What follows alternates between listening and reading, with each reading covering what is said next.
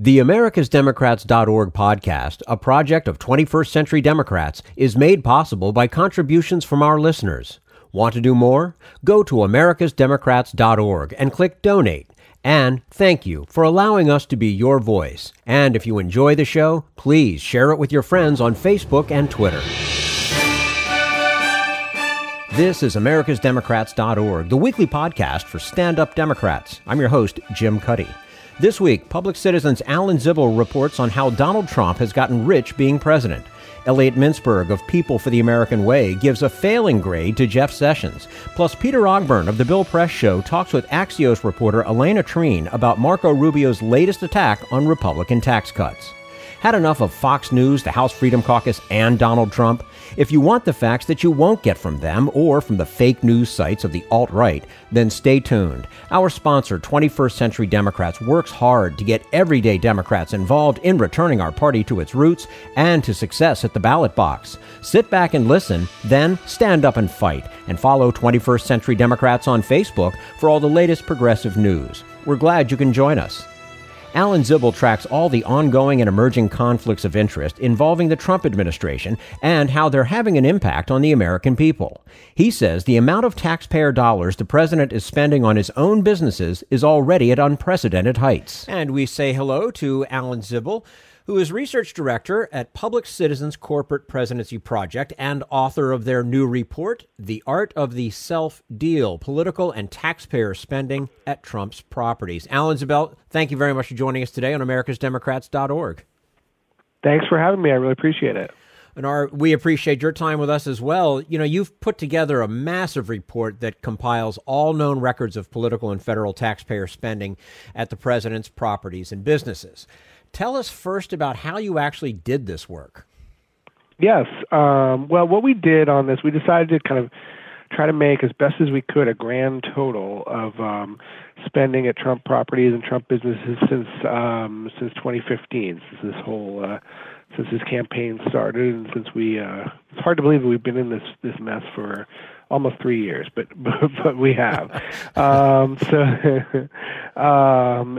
So it turns out, the election stuff, the campaign spending, is actually really the easiest thing to track because the Federal Election Commission records all campaign donations and all campaign expenditures, and you can go through them. So what I did was they actually have a pretty easy-to-use site these days at fec.gov, and you can download all sorts of things. And so I searched. It helps that most of Trump's businesses have Trump in the name. So I searched expenditures, all political expenditures at entities named Trump or with Trump in the name. And then I added in Mar-a-Lago because there's the Mar-a-Lago Club. And then there's one other entity not named Trump that is actually the bulk of the spending, about 60% of the spending, of political spending. It's called taxpayer, Inc., and that is the entity that his campaign used for air travel. So he actually owned, unlike any other candidate, I think ever, he owned his own airplane. So his campaign was paying a Donald Trump company, taxpayer, for campaign travel. So I think other political candidates have had campaign planes in the past. Hillary did, but she didn't own it, right? So they spent about $9.2 million on air travel from 2015 to 2018. Really, I don't think they spent much of anything last year on that. They didn't use that plane last year because they have Air Force One, but so they spent about $9.2 million from the Trump campaign to this Trump-owned entity, taxpayer, Inc. And that was about 60 or so % of the political spending. So that was really interesting to think about that. And this was all explained in a December 2016 Wall Street Journal story that really walked everybody through how they structured it. They own this plane in an LLC called DJT Operations One that leases the aircraft to a company called Tag Air, which is also Trump owned.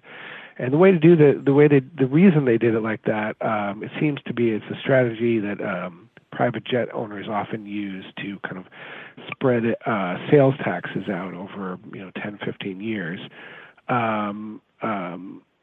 So when they bought the plane in the 80s, they would have had to pay a very high New York State sales tax, but it seems like they used a tax dodge and did this lease arrangement where they're effectively leasing the plane from themselves to avoid paying an upfront sales tax, which is sort of says, in a nutshell, that's kind of everything you need to know about Donald Trump. Is everything is a dodge of some sort. Mm-hmm. this man, the way that he structures his businesses. Well, and why we've never seen a release of taxes, right? I mean, what we would find out is probably be pretty astounding. Of the tax returns, yes. Yeah. Your report states that President Trump's businesses have made over $15 million from political groups and federal agencies since he began his campaign. In greater detail, where did this money come from? So some of it's campaign donors. Some of it's from Trump himself. So he paid some portion of the campaign himself. But if he's paying for it himself, then he's effectively, if he's paying it to his own entities, then it just goes right. It's just circular. It goes back to him. Some of it, the Secret Service actually reimbursed the campaign for about $1 million or so, $1.5 million for the cost of flying their agents on his plane. I mean, but the big picture is that he said in a 2000 interview in the year 2000 actually with Fortune magazine, he said it's very possible that I could be the first presidential candidate to run and make money on it.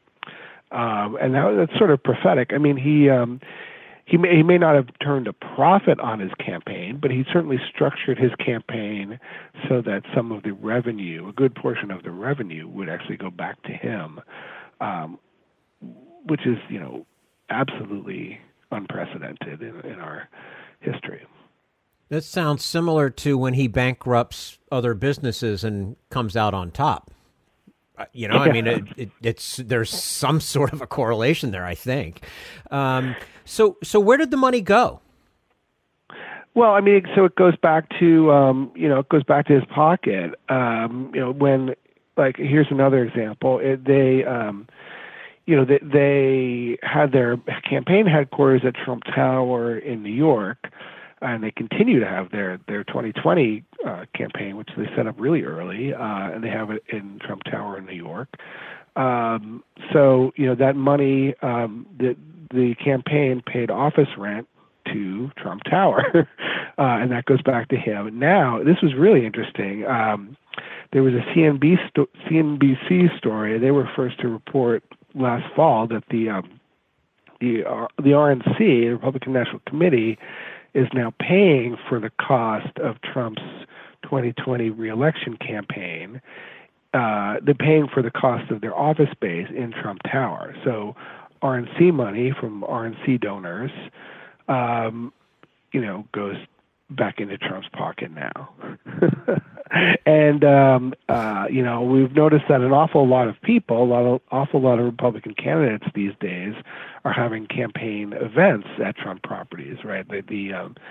Trump properties, from what we looked at it in 2013, 2014, before this all started, they were not big gathering places for Republican politicos. They had very little, almost kind of negligible spending that was reported to the FEC, and that really took off. Since he became a politician, all these political candidates started having their events here in D.C. at his hotel, in New Jersey at his golf club, and I would expect that trend would continue as the 2018 election cycle continues. That Republican candidates have every incentive to ingratiate themselves with him by holding events at his properties. Mm-hmm. Why do I feel like we're just playing this big game of three-card Monte on the street corner for some reason? We're speaking with Alan Zibel, Research Director at Public Citizens Corporate Presidency Project. He's the author of their new report, The Art of the Self Deal, Political and Taxpayer Spending at Trump's Properties. Alan, how difficult is it to actually know how much money federal agencies are spending on Trump-owned businesses? And is there more we will likely uncover? Right. So that's the piece of it that's really difficult. There's no central place that you can go to in the federal government and figure out how much money is going to Trump properties. So that sort of information is really trickling out slowly through Freedom of Information Act requests, filed by us and other groups, other kind of allied groups. So the biggest one that we know about is Defense Department has spent about $138,000 at Trump properties. Now, in the overall context of the Defense Department, that's nothing, but it's still very interesting. And I don't exactly know why this money has been spent, but there was a group called Property of the People, which is doing some nice Freedom of Information Act work, and they FOIA'd the Defense Department for spending at Trump properties, and they got back all these all these expenditures. There's a bunch of hotel rooms, and it's linked from my website, from our corporatepresidency.org website. I mean, you can see all. It's a little puzzling. Why are all these rooms being booked at the Trump Hotel Las Vegas and the Trump Ocean Club in Panama, and the golf. Who from the Defense Department was there, and why were they there? I mean, the Defense Department is massive and has thousands and thousands, hundreds of thousands of employees, and they probably stay in a good number of hotels around the world. But it's strange. I don't have a really clear explanation as to why there are all these Trump Las Vegas stays. The Defense Department is, and I'm sure that's by design, right? I mean, I'm sure there are plenty of people who don't want you to know why. They don't have to tell you why. No, yeah. I mean, you FOIA for the records, and they tend to just give you the billing statements. We don't exactly know what was going on and why, but yeah. Sure, yeah. Well, and of course, while it may seem obvious, it still needs to be stated. Why should we care? What types of conflicts can emerge from this pattern? Oh, right. I mean, the primary one, which is brings up a term that has now become, part of the common language, which is the emoluments clause, and that sort of a fancy name, but it kind of overcomplicates a pretty logical principle that was. The framers of the Constitution wanted to make sure that no foreign government could give a gift or a bribe to the president to curry favor with them. I mean, emoluments is a very fancy word, but it's really about bribery. So the foreign governments or any sort of government or any sort of interest, really shouldn't be paying the president of the United States. I mean, and influencing his or her judgment. I mean, that is fairly obvious to us at Public Citizen, but Trump by not distancing himself from his businesses and not establishing any kind of meaningful ethical separation from his business, which is his son's run, and it's hard to believe that he doesn't talk to them about his business. He's left himself open to that sort of influence. I mean, the Trump Organization, which is the legal name of the Trump businesses, donated about. They pledged last year to donate their profits from foreign governments to to the government, to the Treasury, and they wrote a check for $151,000 to the Treasury earlier this year. But we really have no idea how they got to that number. They're not really saying really anything about the calculation there. They could have donated $1, they could have donated $1 million, they could have donated $10 million. We really don't. That would have still left us with the same problem. Because we don't know how they got to that number, because there is no transparency there. They're not publishing any sort of list of which foreign governments are staying at their hotels. But we do know, the Kuwaitis have had events there, the Saudis have had events there. I mean, all sorts of governments are doing, holding their events at the Trump Hotel here in D.C. That's quite troubling. I mean, and it's evident, from what some of the reporting has brought out that,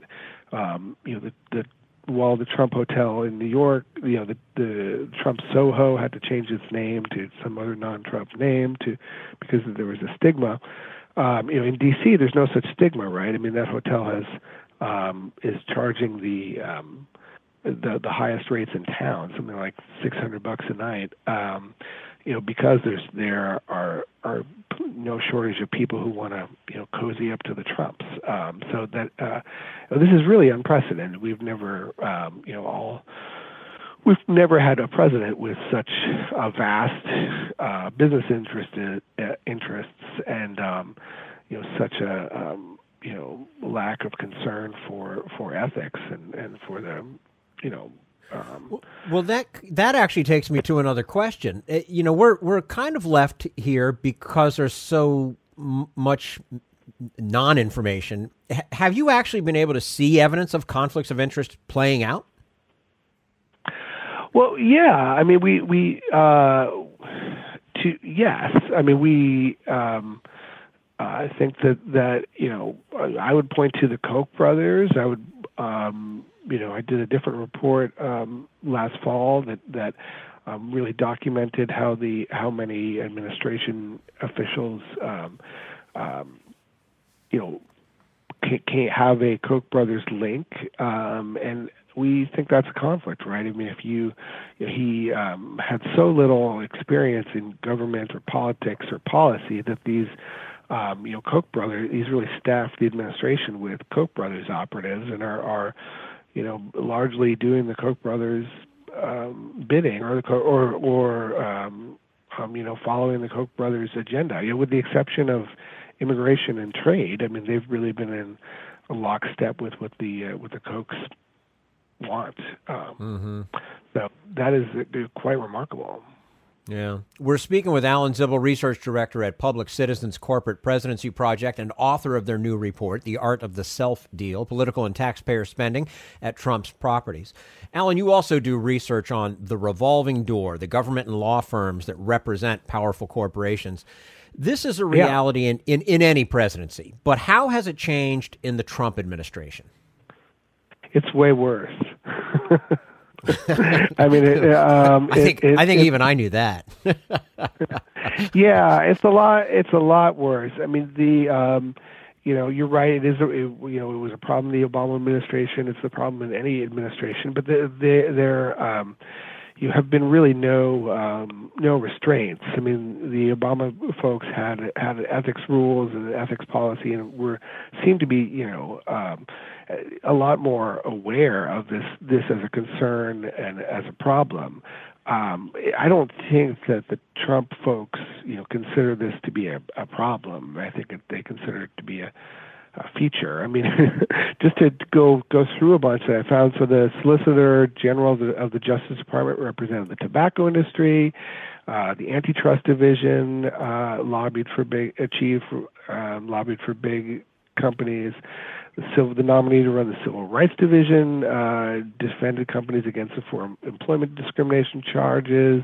The nominee to run the Criminal Division defended white-collar corporate crime cases. National Security Division at Justice is led by Boeing's former Assistant General Counsel and on and on and on.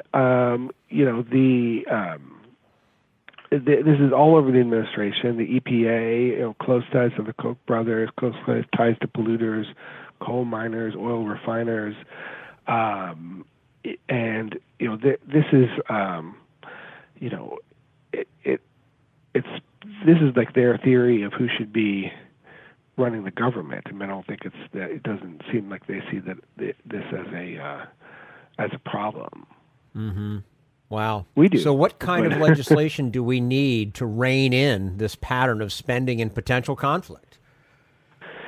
Right. I mean, one of the things that struck me in kind of diving into these issues, and I don't know if we've officially called for legislation or I don't want to get too ahead of my skis, but it has been interesting to me to kind of discover that every White House sets its own ethics policy and ethics regulations, and so like the Obama people, Bush people had theirs, Obama people had theirs, the Trump people do actually. There is a Trump administration ethics policy, but then they grant waivers from their ethics policy all the time. So it seems to be not very meaningful. But I do wonder why that's not codified. Why we don't have any of that, in statute. And I don't know how far we've gotten in terms of recommending specific things that should be in the statute, but it personally seemed odd that to me that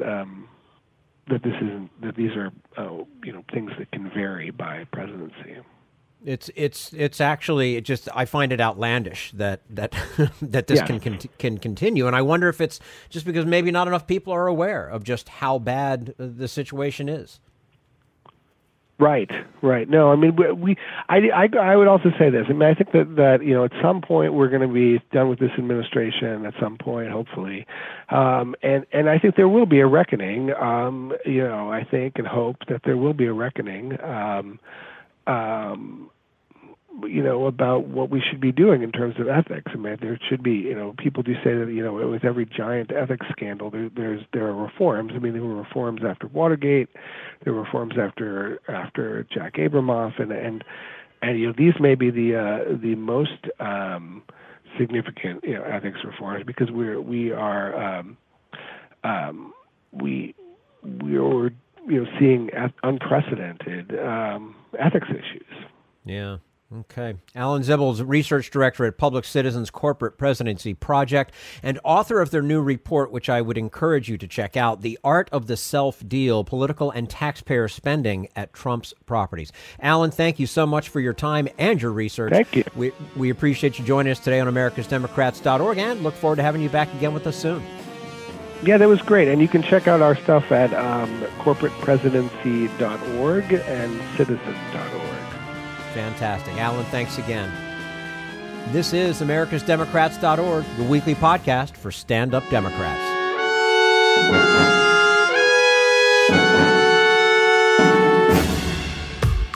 We want you to sit back and listen to this americasdemocrats.org podcast, a project of 21st Century Democrats. But we need you to stand up and fight.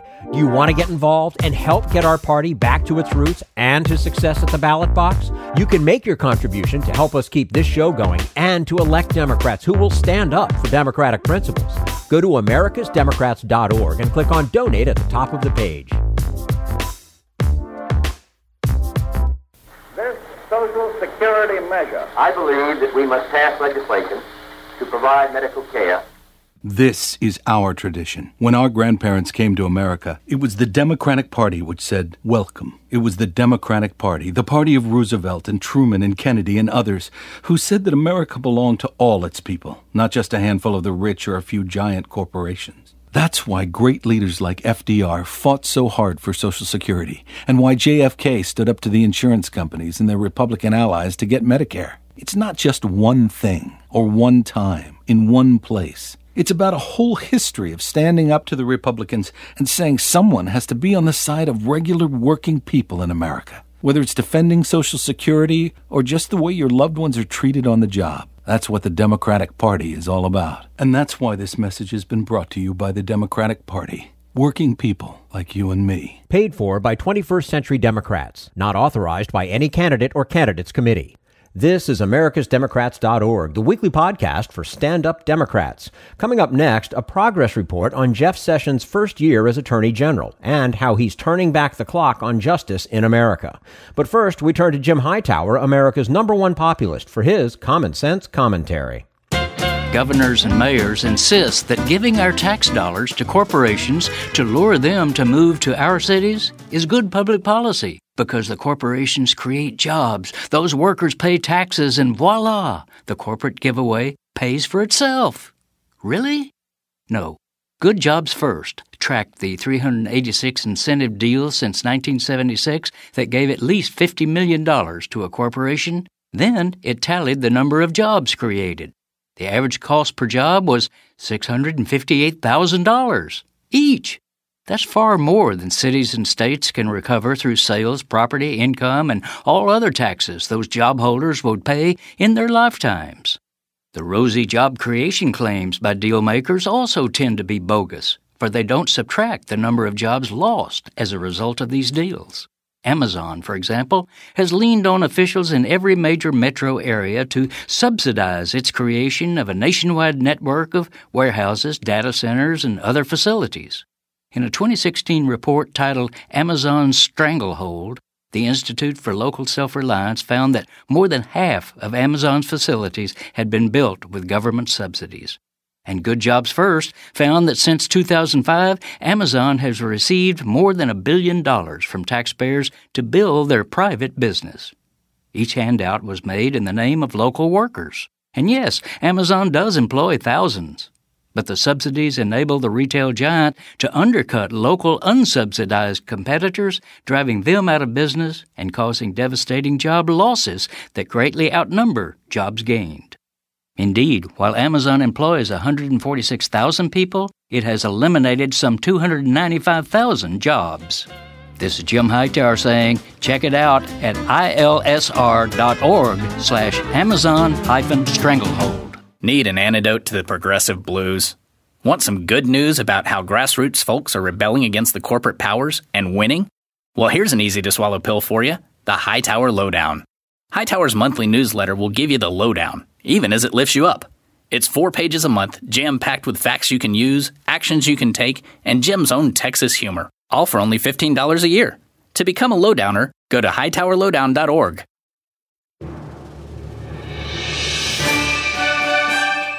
This is americasdemocrats.org, the weekly podcast for stand-up Democrats. Elliot Mincberg has been researching the American justice system for over 3 decades.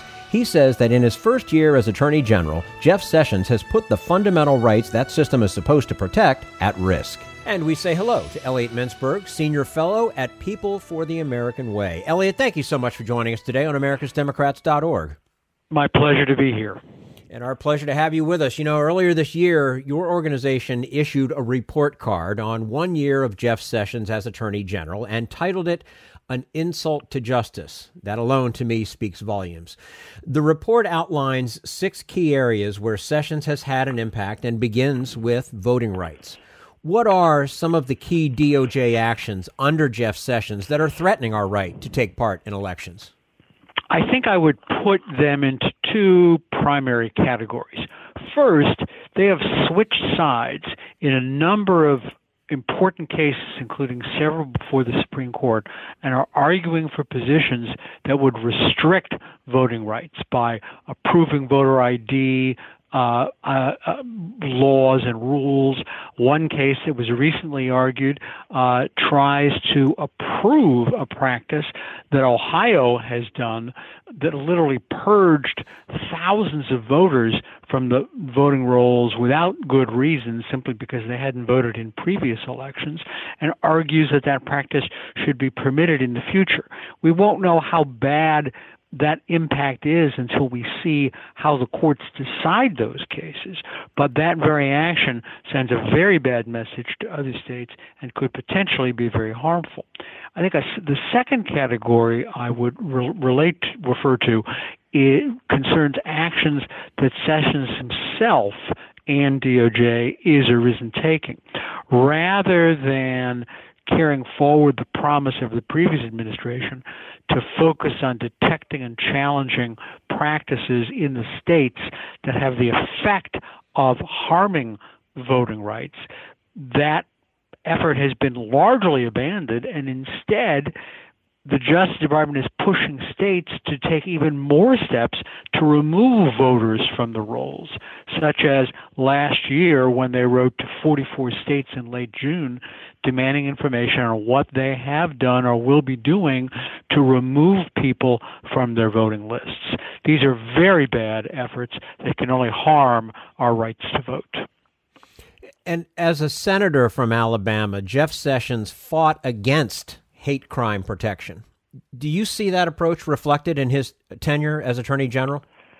Unfortunately, I do, particularly with respect to the area he was the most interested in fighting against, which is hate crimes committed against LGBTQ individuals. What's happened most recently here is the most troubling.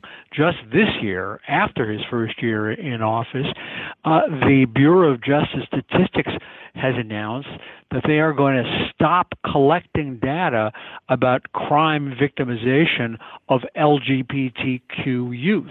How do you go after hate crimes when you don't collect that important data to begin with? The Justice Department has also taken other actions against LGBTQ individuals, such as revoking guidance, providing protection for transgender students in schools, dropping a lawsuit against the infamous North Carolina bathroom bill that harmed transgender students, and literally went out of their way to file a brief opposing the very position of the Equal Employment Opportunity Commission, which argued that discrimination based on sexual orientation is prohibited in many ways under Title VII as it now exists.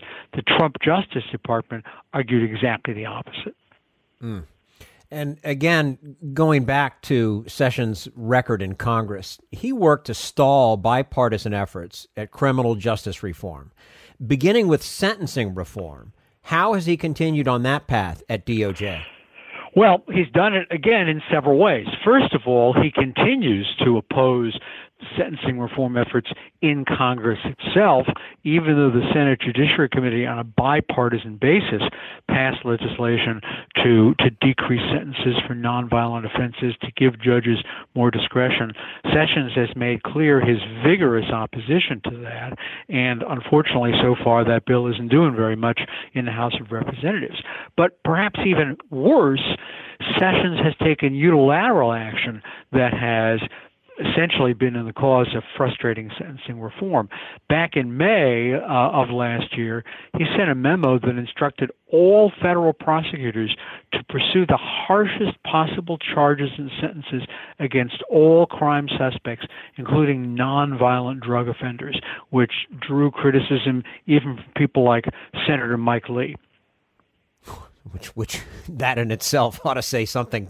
We're speaking with Elliot Mincberg, Senior Fellow at People for the American Way. And what about prison reform? Among other things, Sessions supports privately run prisons. So why should we be concerned about that? Well, again, this is another reversal of the prior administration position, which had announced they wanted to phase them out. There is unfortunately a lot of evidence that privately run prisons do harm beyond what publicly run prisons do with respect to staff and to prisoners.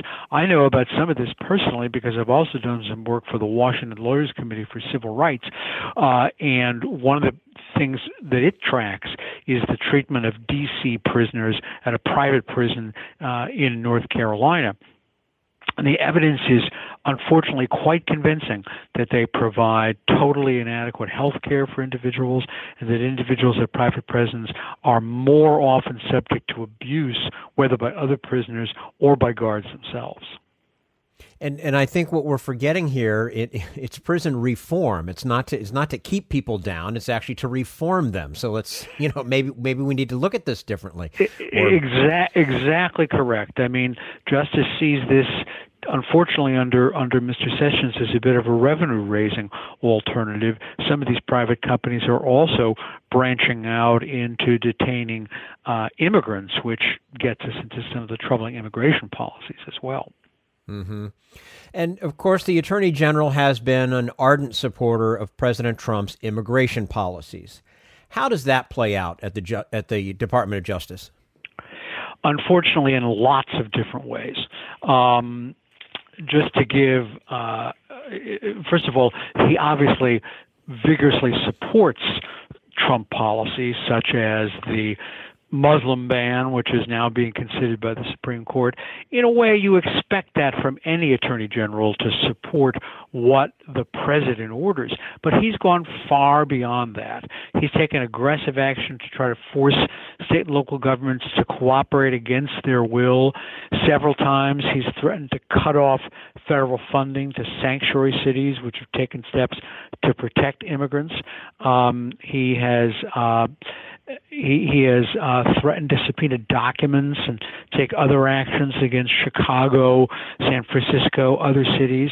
They have taken action even recently to impose quotas for immigration judges and make it much harder for them to do their job of individually and carefully considering immigration. And most recently, Trump has even gone so far with Sessions pushing it, and in fact bringing the lawsuits, to file suits against several cities and against the state of California, claiming that they haven't done enough to help him do tough enforcement of immigration laws.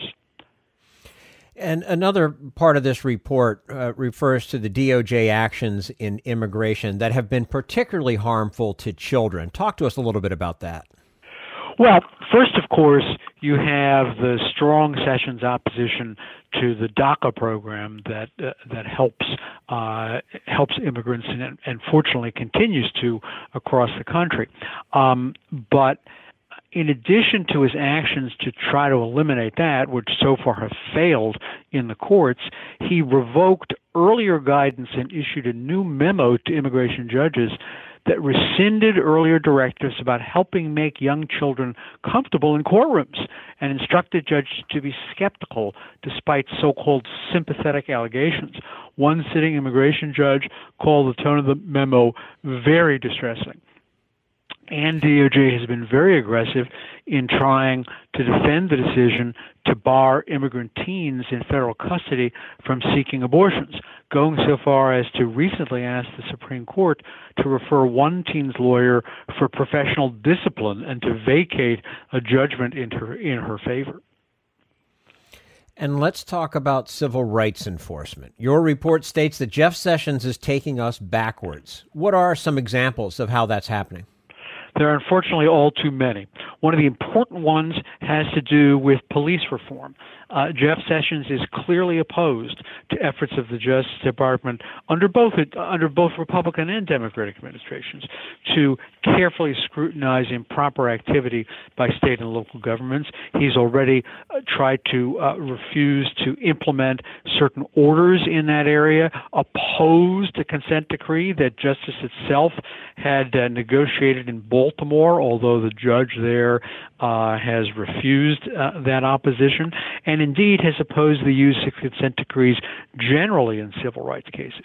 We've mentioned already some of the bad things he's done with respect to LGBTQ citizens. He's even turned back the clock on civil rights enforcement concerning discrimination based on disabilities, where Republicans and Democrats have been strong. In July, he filed a front of the court brief in favor of big business and against disabled people, arguing that the company isn't required to provide self-service access to vending machines under the Americans with Disabilities Act. He, in fact, withdrew an appeal in support of a sheriff's deputy who wasn't permitted to return to a less physically strenuous job after heart surgery. These are heartless actions by Sessions in pushing the Justice Department backwards on civil rights. And here we are now in year 2 of Jeff Sessions. Sum it up for us at this point, if you would, Elliot. What has gone on thus far under Jeff Sessions? Well, we've mentioned a few examples already, but there are more if it's possible. For example, going back again to civil rights, he is proposing the elimination of the division's Community Relations Service, which since the 1960s has worked to build trust within cities and to deal with the terrible consequences of racial and other unrest in the wake of riots and disorders, again going back to the 60s.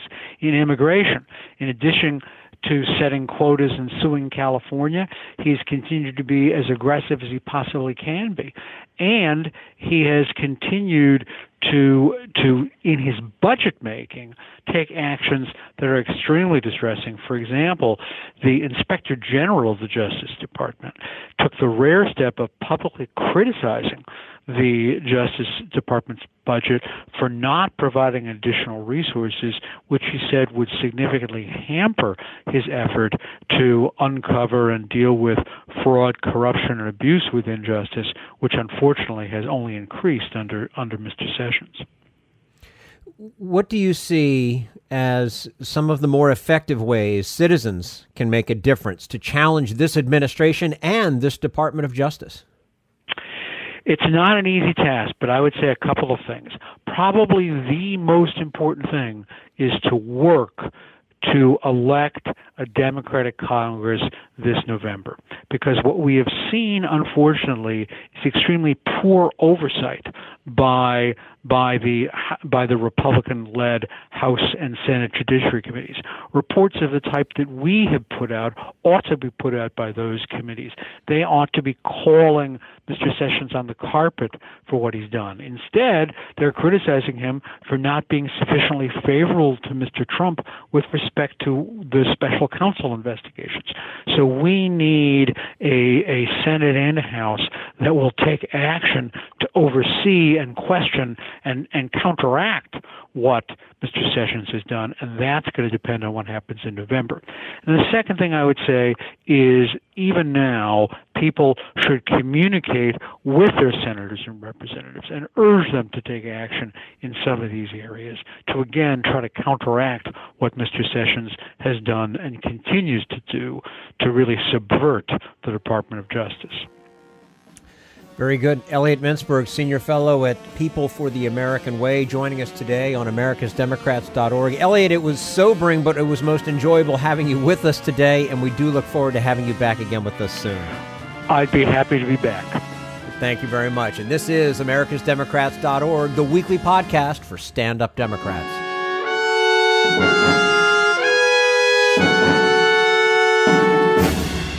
We want you to sit back and listen, but we need you to stand up and fight. Help get our party back to its roots and to success at the ballot box. Make your contribution to keep the americasdemocrats.org podcast, a project of 21st Century Democrats, on the air, and help elect stand-up Democrats. Go to americasdemocrats.org and click on Donate at the top of the page.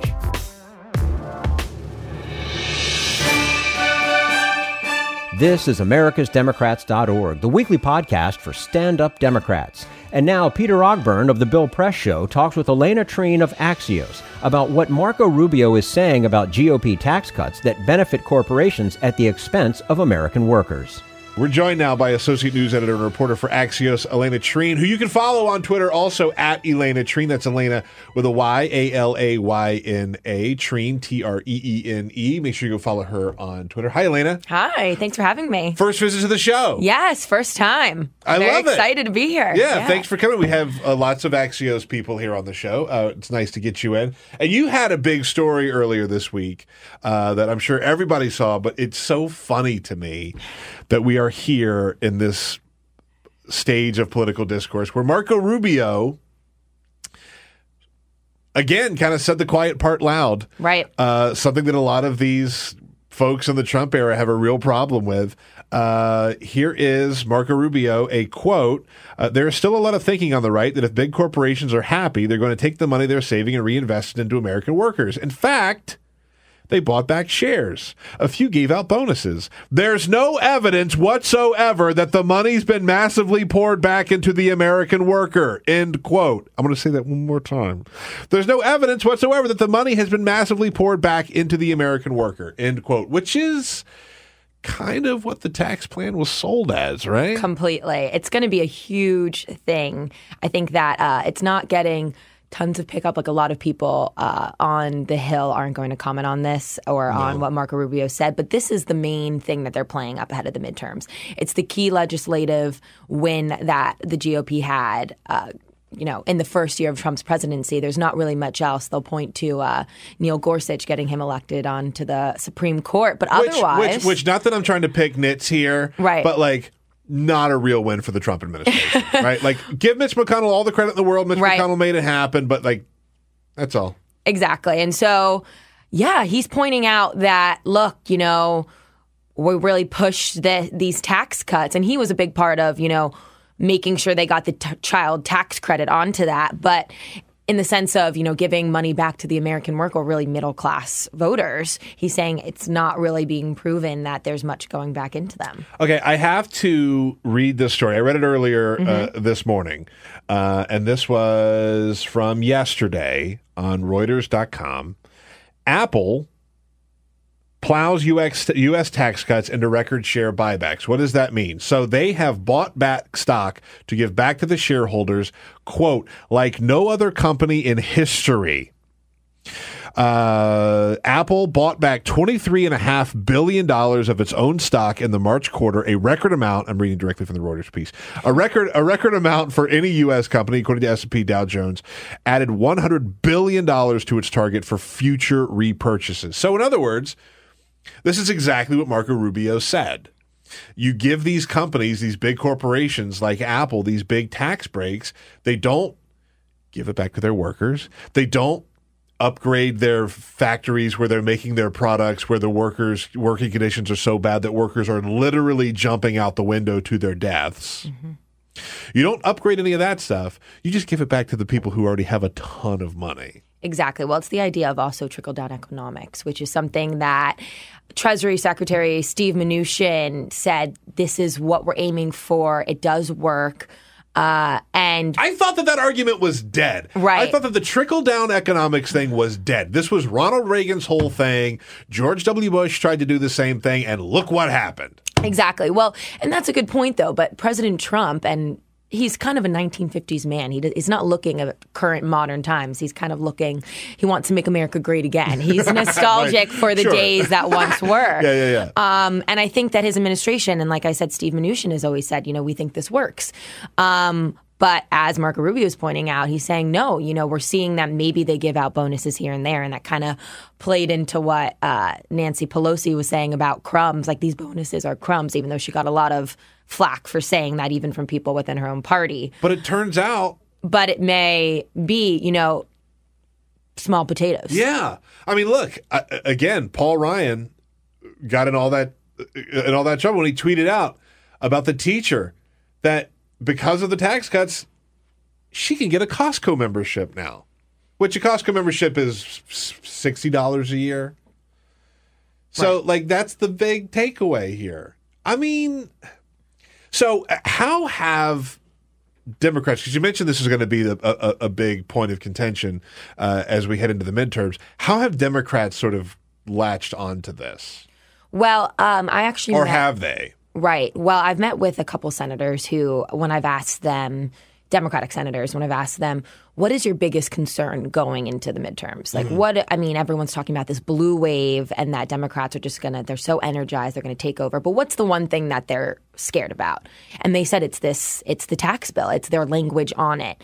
And I think that a lot of prominent Democrats, I wrote a story a couple weeks ago about them rebuking Nancy Pelosi for saying this crumbs thing. They think that a lot of people think that what she's saying there, regardless of whether they think it's true or not, are seizing on that as not being the right way to move forward on this language. They want to make it more about looking at the things that the tax bill is physically hurting and the things it's definitely not doing to kind of push that message that, they're trying to sell you on this, and really it's not helping you as much as you think it is. Yeah, which I think is probably smart. But at the same time, have Democrats really put forth any kind of plan of what their tax stuff would look like or how they would fix this problem? Or are they just running against it? I'm not saying that that's the wrong or right thing to do. I'm just curious. Well, no, they're right now. There's not really been pitter patter, some buzz. There's not one thing. They're like, oh, as soon as we, if we can win back the House, we can win back the Senate, we're going to reverse these. People have said they want to do that, but there's not some real underlying plan that they have. I think right now everyone's really just focused on getting the votes to take back the majority. Yeah. Speaking of the elections, I want to ask you about a piece that you wrote about Richard Painter. If anybody watches cable news, you have seen Richard Painter. He is a longtime Republican. He was the ethics lawyer for George W. Bush. Fairly conservative guy, has a long track record of being a conservative guy. He is now going to be running for Senate as a Democrat in Minnesota. We have some clips from him because he made the announcement, I guess it was on Monday. Richard Painter, first of all, comes out and says that he wants to be a voice to stand up to Donald Trump. Now, remember, longtime Republican, worked for George W. Bush. Here's Richard Painter. Against what President Trump is threatening to do to our country. And the only alternative this fall is going to be to vote for Democrats. And he goes on to basically say it's literally this important. We have to save the country. I am going to fight alongside Minnesotans and Americans to do what is right to save our democracy from Donald Trump and his collaborators inside the United States and abroad. Okay, when he talks about his collaborators, I don't necessarily want to say that Richard Painter has been one of his collaborators, but Republicans have helped make this happen, right? Donald Trump exists because of Republicans. So Richard Painter, as a longtime Republican, has he had just a total change of heart? Is he going to all of a sudden come out and start, advocating for single payer health care or anything like that? Right.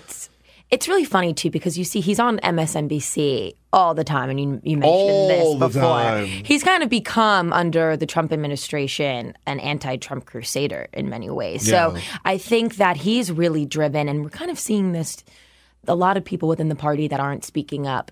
In the Republican Party that don't speak up, as freely as someone as Jeff Flake. But people are really not...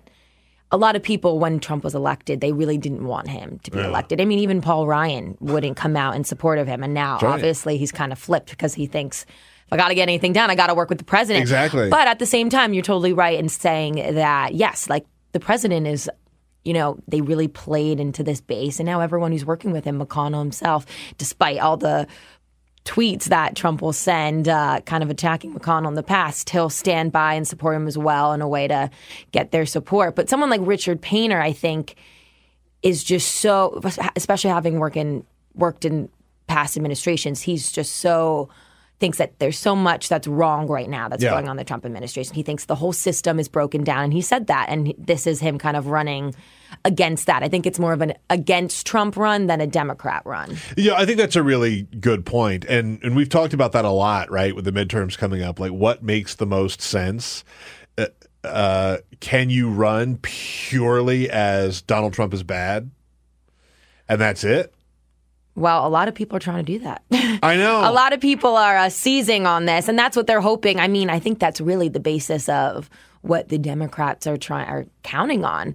Then again, we look back at 2016 election, people thought that Donald Trump was the best thing to happen to Hillary Clinton, and here we are. Yeah, so but that's kind of what the Democrats, I feel like, the one message that everyone's trying to run on in that party is, hey, look at our president. We can't continue to let them control all three chambers. I don't want to get into too much of the strategy for Democrats, right? But I think that there's something to learn from the recent elections in Virginia, where Danica Rome won. She's the first transgendered member of the state legislature there, and it wasn't part of her. She wasn't. She was obviously against Donald Trump, but she was like, "Look, we got traffic problems we got to fix. That's what we really care about." Like that's what I'm here to do. I'm not here to talk to you about why we need to have transgendered bathrooms or anything. Like she was like, we need to fix the road problems. And her opponent just constantly attacked her sexuality. And it's kind of like, I think that the ideas are going to win, not necessarily running against somebody that you've built up here. Like the ideas are going to win out. So like, look, I mean, Richard Painter has a real resume, right? Like right. He was an ethics attorney. And in the age of Donald Trump, I think that gives you some credibility on things that are happening here in the government. But so this is for Al Franken's old seat, right? Yes. So he's running to replace basically. So there's someone in the interim in there that was hired or was appointed. Sure. By after he resigned his seat. But so he's running for that seat in Minnesota. It'll be interesting. It's a place where he really Richard Painter could get some sway. I think Minnesota is a place that people will respect. His resume will respect that he was an ethics lawyer, even if he was in the Bush administration. And I think a lot of people who have been sitting at home and watching him on TV probably feel enough now that despite that he was a longtime Republican, what he's been saying on television and kind of spewing some liberal ideas, they'll believe that he'll be someone to help their cause. It's going to be interesting. We have the United States Senator from Minnesota now, Tina Smith, who was appointed. And so now she's going to have to run against Richard Painter. It's going to be really interesting. Because I don't think a lot of people know Tina Smith. I don't know how well known she is. I mean, in Minnesota, she's served for quite a while in various different roles. But like Richard Painter could really bring in some money. He could really bring in some attention and really get some headlines. And that could be very, very interesting. Definitely. Very quickly. And Senate, too, is, it's not like the House where you're really playing up to your constituents. And a lot of it is on a small group of people that you know really well within your state and championing your state causes. Senate is a different ballgame. Yeah. You're almost like a national politician. Oh, completely. It's totally a national game. And that's something that Richard Painter definitely has down. He's been in the media. He's been in Washington. He's different in the sense that he's switching parties, which is really surprising, and that makes him interesting. So he's very high profile. Tina Smith, not so much. Right. Yeah, no, totally. I mean, I wouldn't recognize Tina Smith. Right. But well, maybe after the Al Franken stuff. He drew up some, but not because of Tina Smith, because of Al Franken. Yeah, exactly. Exactly. You also talked about and have a piece about James Comey, because he sat down with your colleague, Mike Allen, to talk about his new book, A Higher Loyalty. I don't know. I have mixed feelings on James Comey, and I have mixed feelings on the book as well, because he's so careful that I don't know that there are any real bombshells. He's not a flamethrower, which I appreciate, right? Like, I'd rather not have the FBI director be a pundit who's going to go out and say crazy things. But what have we learned from James Comey in the sort of aftermath of his book? Well, I'd actually argue that he's being very open. I think that personally, and I've chatted with colleagues and with other sources on the Hill and people who've worked with Comey, they think, of course, he's restrained. He's not, someone who's going to go and tell a tell-all necessarily, but this is a little bit of that. People were surprised that he was as open as he was, and that, you expect someone like the FBI director, kind of the way that everyone puts Robert Mueller on a pedestal. You'd expect that he wouldn't be saying some of these things. But so what we're learning, I'd say, is you're learning a lot about what was on the inside of what was going on in those first few days right after the election and the first few days of the Trump administration. And he really dived into detail about that now infamous dinner, the loyalty dinner. He has a lot to say about the Mueller investigation. He has a lot to say about what he thinks that the President Trump and Attorney General Jeff Sessions have done to the Justice Department and the FBI. I think he's really angry. I mean, granted, the book, I've read several excerpts of it. I haven't been able to read the whole thing yet, but it's not really a book about Trump, which I think a lot of people who haven't read it and just watching the media, it seems like it's a book about President Trump. It's not. It's more about his journey through the FBI, what he's learned. He looks at himself as a very moral character. Yeah. Held himself to a very high ethical standard. But yeah, I mean, the juiciest parts are about the Trump administration. Yeah, right. Yeah, Trump is always going to dominate. They're going to dominate the headlines, and that's what he's talking about in his little tour of the media. Yeah, I mean, I give him credit. Like, he gets it, right? Like, I think that James Comey's story is pretty fast. I haven't read the book, but like I've read enough of like what's in it, right? Mm-hmm. I think at the end of the day, I think he really did take that job seriously, and takes the whole morality, justice thing very seriously. And in the book, he writes about like when he was a kid and the home intruder that came into his house. Right. I think that very clearly formed his career path. Yeah, Right. totally. But yeah, like the Trump stuff is what sells the book. Exactly. What's next for James Comey? Where does he go from here? That's such a good question. I only ask good questions. Right. Everyone should follow you on Twitter. That's not true. Oh, look at that. No, he has a couple paths. I think that right now he's going to really lay low. Yeah. I think that after especially, he's very, his family hasn't been dragged into it that much, but I think that he wants to take some time for his family to kind of lay low and not be, I mean, granted, he's not really laying low right now. He's all over the media. But after this tour and after this book settles down, which, I think he got a high penny for it. I'm sure. Yeah. I mean, when the first sales numbers came in, he blew Hillary Clinton's book and Michael Wolff's book, Fire and Fury, out of the water. Yeah. And those were both massive media, grabbed all the headlines. So, I mean, he's, a lot of people joked it should be called a higher royalty and not a higher loyalty. Because it's a pretty penny. That's a pretty penny. But he has a couple. I don't know if he'll get back into definitely into the public eye. Yeah. He'll probably go into the private sector is my best guess. I want to ask you about another story that you wrote that came out yesterday, your most recent story about how we're talking about censorship in big tech. There's a story this morning about how Facebook is going to start ranking news organizations by trust. And I don't know how practical that's going to be, and you're certainly going to piss a lot of people off. And I think that you've already written about this a little bit. Like, conservatives are already pretty alarmed that this is going in this direction. But I don't know that Facebook is ever going to win this battle. They're in a difficult situation. I think that this To say the least. I mean, Zuckerberg on the Hill. He did a great job, I think, actually. Agreed. But he's in a tough situation. The whole Facebook is not, they had the hashtag delete Facebook. People actually, I think, deleted it. It's also not what it used to be. Instagram is really now their biggest thing.